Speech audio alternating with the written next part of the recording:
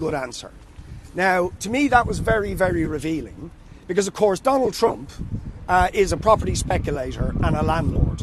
And for him, a housing crisis is a very good thing because speculators and landlords profit from housing crisis.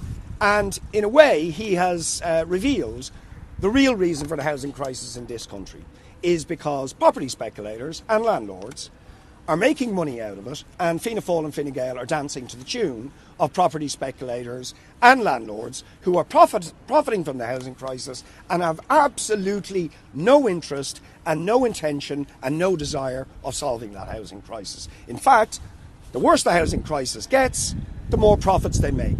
The higher they can charge rents, the more valuable their property assets are. So why on earth would they want to solve the housing crisis? And that is the dirty little secret behind the failure of this government to address the housing crisis. And the fact that they have now, the government are effectively abandoning the tenant in situ scheme and intend to do nothing about the ongoing flow of people into homelessness are further evidence this government simply is not interested in solving the housing crisis.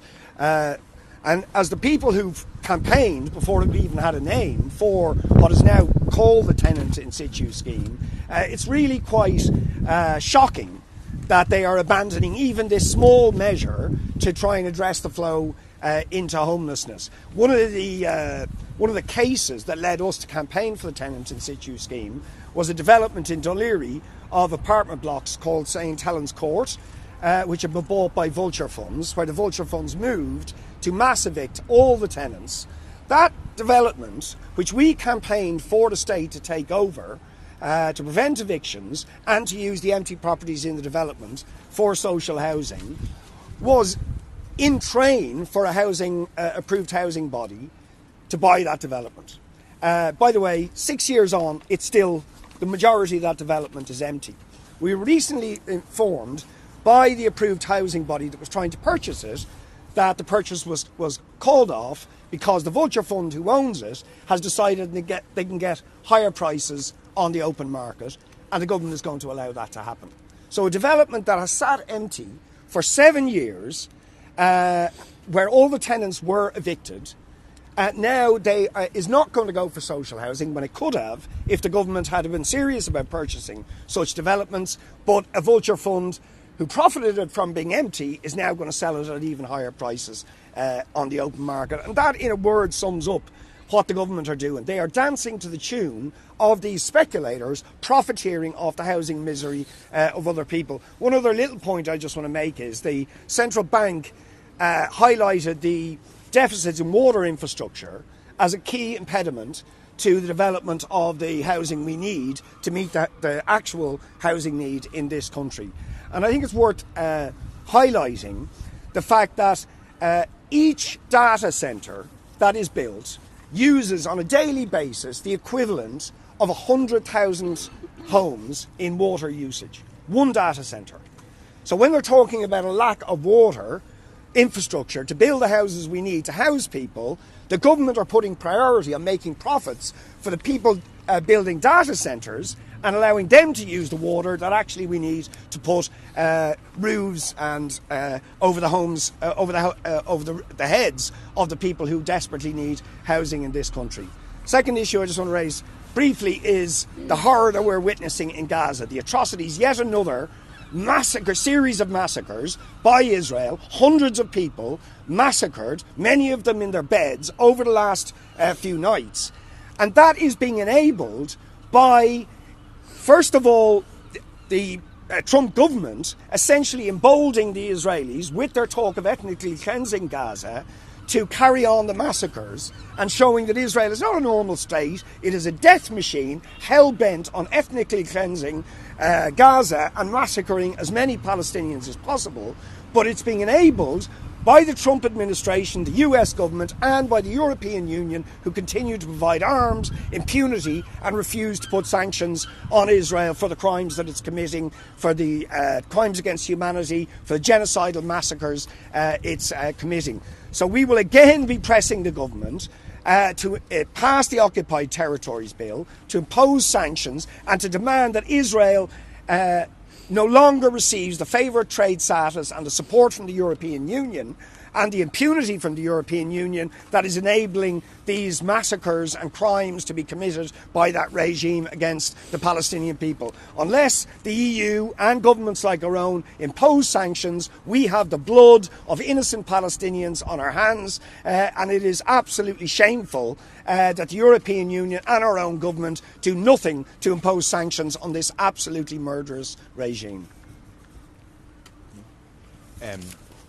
There's two issues quickly. First thing is an incredible story whereby a primary school in my constituency, Sacred Heart National Junior School, was compelled last Thursday to inform the Department of Education that they wouldn't be able to open their doors from the 1st of April and will be moving fully remote, which obviously presents a huge crisis for all of the pupils, for the families, in particular for the children with additional needs. This is because of a lack of funding. The debts are mounting up and they effectively can't afford to keep the lights on, to keep the building heated. They've been in touch with the Department of Education over a number of months, highlighting the shortfall in terms of funding and appealing for extra funding to be given. And so far the appeals have fell on deaf ears. Yesterday, as I understand it, the Department of Education moved to give an advance payment on the next capitation payments, which means that the school will be able to stay open on the 1st of April. But it doesn't deal with the underlying issue. It just kicks the can down the road of a lack of funding for a school in one of the most deprived communities in the country. The senior national school is only a few months behind in terms of financial crisis. They are saying that they won't be in a position to open from September of this year unless they get substantially more funding. And I mean, it is really outrageous. I'll be trying to raise it at multiple points on the Dáil agenda today. We've submitted a topical issue on it and we'll be seeking a debate on it. It's particularly outrageous when you contrast it with the funding that is made available to private schools on an annual basis. Over 140 million euros spent by the state on an annual basis to pay the salaries of teachers in private schools. I'll give you just one example. Glenstall Abbey, which has fees of 14,600 euros a year, more than the entire disposable income of some families in Killinarden, receiving almost 1.4 million euros in state funding last year. Whereas what Sacred Heart needs is a few tens of thousands of euros to remain open, and so far that funding has not been made available. It's absolutely disgraceful. The second issue quickly is to say that Simon Harris, after Micheál Martin's visit a week ahead of St. Patrick's Day, announced that we were inviting Donald Trump for a full state visit to address the joint houses of the Oireachtas. We don't think that invitation should ever have been issued, but we're saying now that invitation must now be rescinded. I mean, Micheál Martin, in meeting Donald Trump, repeatedly spoke positively about what he described as Donald Trump's unrelenting focus on peace. He spoke about that in terms of Ukraine, where Trump is involved in a carve-up of Ukraine with Putin, where Putin gets some of the territory and Trump gets the natural resources. But he also spoke about it explicitly in terms of what he described as the Middle East, in other words, the genocide we've seen happening in Gaza. It's incredible to give such an endorsement to a man who then, days later, very predictably, greenlit what Richard spoke about, a new assault killing hundreds of people in Gaza, which comes on top of the attempts to starve the people of Gaza of food and of electricity. Simon Harris correctly described Conor McGregor as the very worst of toxic masculinity. He's correct to make that criticism. Obviously, McGregor is a rapist. Has been found in a civil trial by a jury of guilty of rape. He's guilty of horrendous misogynistic, racist comments and so on. But birds of a feather flock together. I mean, how can, on the one hand, Simon Harris say, McGregor is guilty of this awful toxic masculinity, and then on the other hand say Donald Trump, who's guilty of exactly the same toxic masculinity, the same sort of politics, actually should get an official state visit with, full recognition, address the joint houses of the Oireachtas and so on. It's utterly hypocritical. I mean, Donald Trump is also a rapist, someone who's been found responsible for sexual abuse in a civil trial in the US, very, very similar to Conor McGregor. We know he's openly made repeatedly deeply misogynistic remarks, as well as deeply racist remarks. We know that he's currently greenlighting the ongoing assault in Gaza and is openly speaking about ethnic cleansing. So we think it's horrendous that, given that his role in terms of what's happening in Gaza, given the calculated insult, which the invitation of McGregor on St. Patrick's Day and saying we couldn't think of a better person to have at the White House, how can we possibly go ahead with an official state visit? Yeah, so today I'll be asking Micheál Martin and Simon Harris how they think their diplomatic mission in the US went, given firstly the horrific massacre that took place on St. Patrick's night. And that was clearly sanctioned jointly by Trump and Netanyahu. 400 people estimated to have died, if not more. Children, women, heads decapitated, limbs, horrific descriptions by doctors, no sedatives. How can this barbarism go on? And Micheál Martin describing Trump as in pursuit of peace was an absolute breach of the understanding of the vast majority of people in Ireland as to what Donald Trump represents in relation to Gaza. And I think Simon Harris's follow-on yesterday was also he used the words, it was deeply concerning. That's as far as he went. And he tried both-sidism. He talked about releasing the hostages as if it was a question of that's all it was a question of. So these mealy-mouthed, not even condemnations from the Irish government as to what's happening in Gaza. No accident that Harris was in the US when he made that extremely mild statement. I want to also ask about the fact that we had a rapist greeting a rapist on St. Patrick's Day. That was actually the real St. Patrick's Day ceremony, not what happened earlier on in the week. And I want to also ask how Micheál Martin led to that situation, because Trump described his favourite Irish person when he was in conversation publicly with Micheál Martin as being Conor McGregor. At no point did Micheál Martin, even try to make a point about that, about the fact that Conor McGregor was found by a jury to be a rapist, but also stirred up a race riot in this city, online.